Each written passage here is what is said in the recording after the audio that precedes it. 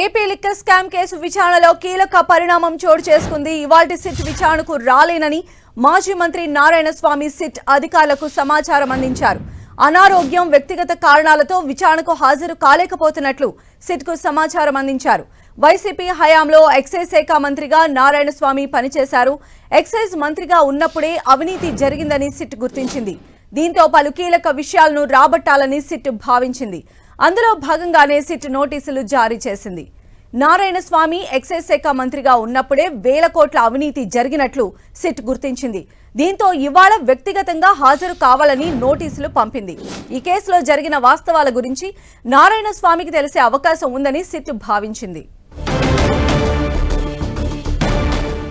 So AP మాజీ మంత్రి నారాయణ స్వామి ఈరోజు సిట్ అధికారుల విచారణకు హాజరు కాలేకపోతూ ఉన్నారు. మరిన్ని అప్డేట్స్ కూడా తెలుసుకుందాం. మా ప్రతినిధి దుర్గా మనకు లైవ్ లో అందుబాటులో ఉన్నారు. దుర్గా,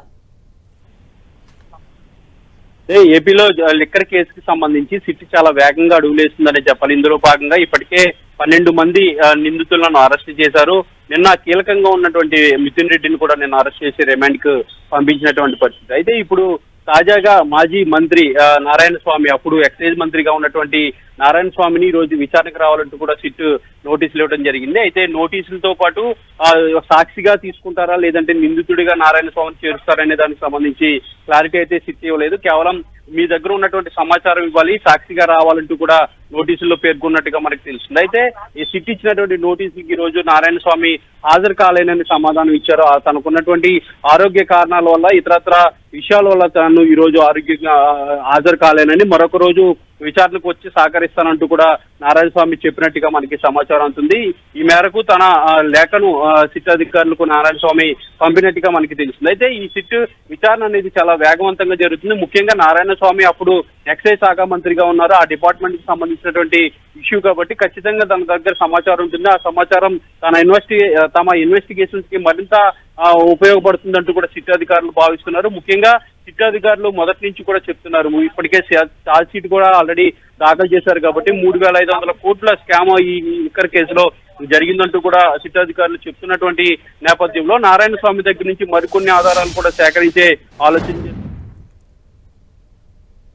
కార్యాలయానికి 11 గంటలకు సిట్ కార్యాలయం వాడడం జరిగింది. అయితే నారాయణ స్వామిని సాక్షిగా మాత్రమే తీసుకుంటారా లేదంటే నిందితుల జాబితాలో చేరుస్తారా అనే దానికి సంబంధించి కూడా క్లారిటీ రావాల్సింది. ఫస్ట్ అయితే విచారణకు వచ్చిన తర్వాత కొన్ని వివరాలన్నీ కూడా సేకరించిన తర్వాత సిట్ అధికారులు దీనిపైన డెసిషన్ కూడా తీసుకునే అవకాశం కనిపిస్తుంది. ఎందుకంటే తన హయాంలో జరిగినటువంటి, ముఖ్యంగా శాఖకు మంత్రిగా కూడా ఉన్నారు కాబట్టి ప్రతిదీ కూడా మంత్రి ఆధ్వర్యంలోనే జరుగుతుంది కాబట్టి ఇలాంటి పరిస్థితుల్లో మంత్రి బాధ్యతలు ఉంటాయి కాబట్టి అలాంటి నారాయణ స్వామి పాత్ర ఏమైనా ఉందా లేదంటే నారాయణ స్వామికి తెలియకుండా ఇదంతా జరిగిందా అనే దానికి సంబంధించినటువంటి వివరాలన్నీ కూడా సిట్ అధికారులు సేకరించి దాని ద్వారా నిర్ణయం కూడా తీసుకోబోతున్నారు. వీటన్నింటి నేపథ్యంలో సిట్ అధికారులు నారాయణ స్వామిని ఈ రోజు విచారించి పలు కీలకమైనటువంటి ఆధారాలను కూడా సేకరించాలని అనుకున్నారు. కానీ అనారోగ్య కారణాల దృష్ట్యా ఆయన రాలేనంటూ కూడా సిట్ అధికారికి సమాచారం ఇచ్చారు. మరొక డేట్ ఇస్తారని కూడా సిట్ అధికారులకి సమాచారం ఇచ్చారు. మరి నారాయణ స్వామి ఎప్పుడు వస్తారు, వస్తే ఏం చెప్తారనే దానికి సంబంధించి కూడా కథ ఉత్కంఠగా మారిందని చెప్పొచ్చు.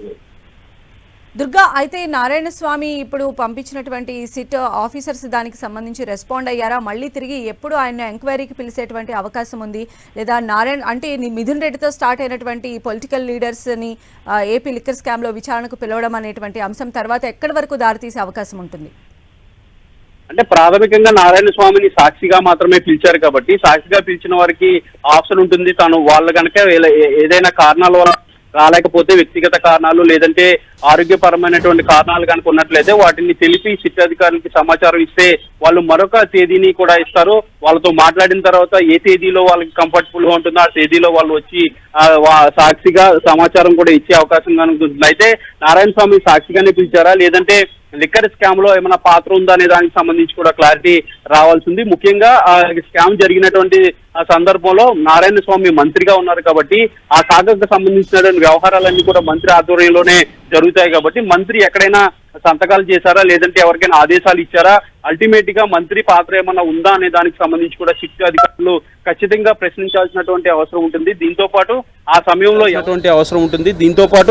సమయంలో ఎవరైతే అధికారులు ఉన్నతాధికారులు ఉంటారో వాళ్ళందరితో కూడా విచారణ కూడా ఉంటుంది. వాళ్ళని కూడా రావాలంటూ కూడా ఇప్పటికే సిట్ అధికారులు వాళ్ళందరికీ కూడా నోటీసులు కూడా ఇవ్వడం జరిగింది. ఇటీవలే రజిత్ భార్గవ్ కూడా అది ఐఏఎస్ అధికారి, ఆయన కూడా నోటీసులు ఇచ్చారు. తను కూడా పరిస్థితుల వల్ల ప్రస్తుతానికి రాలేనంటూ కూడా ఆయన కూడా సమాధానం ఇచ్చారు. వీళ్ళందరినీ కూడా ఒకసారి ఖచ్చితంగా విచారణ చేయాల్సినటువంటి అవసరం ఉంటుంది. ఎందుకంటే ఆ సమయంలో ఉన్నతాధికారులుగా ఉన్నటువంటి అధికారులు, దాంతోపాటు మంత్రిగా పనిచేసినటువంటి నారాయణ స్వామి, వీళ్ళందరినీ కూడా విచారించిన తర్వాత మరికొన్ని ఆధారాలు కూడా సేకరించబోతున్నారు. ఎందుకంటే ఈ కేసుకి సంబంధించి చాలా సీరియస్గా సిట్ అనేది ఇన్వెస్టిగేషన్ చేస్తుంది కాబట్టి దీంతో పాటు 3,500 కోట్ల స్కామ్ జరిగిందంటూ కూడా సిట్ అధికారులు చెప్తున్నారు. కాబట్టి దీనిపైన ప్రతి విషయంలో కూడా చాలా క్షుణ్ణంగా ఆధారాలన్నీ కూడా సేకరించాల్సినటువంటి అవసరం ఉంటుంది. ఇందులో భాగంగానే మంత్రి నారాయణ స్వామిని కూడా పిలిచి ప్రశ్నించేందుకు సిట్ అధికారులు సిద్ధమయ్యారు. అయితే నారాయణ స్వామి తనకు ఉన్నటువంటి ఆరోగ్య కారణాలు లేదంటే ఇతరత్ర కారణాల వల్ల తాను రాలేకపోతున్నానంటూ కూడా సమాచారం ఇచ్చారు. కాబట్టి మరొక రోజు నారాయణ స్వామిని పిలిచి మరొకసారి నోటీసులు కూడా సర్వ్ చేసే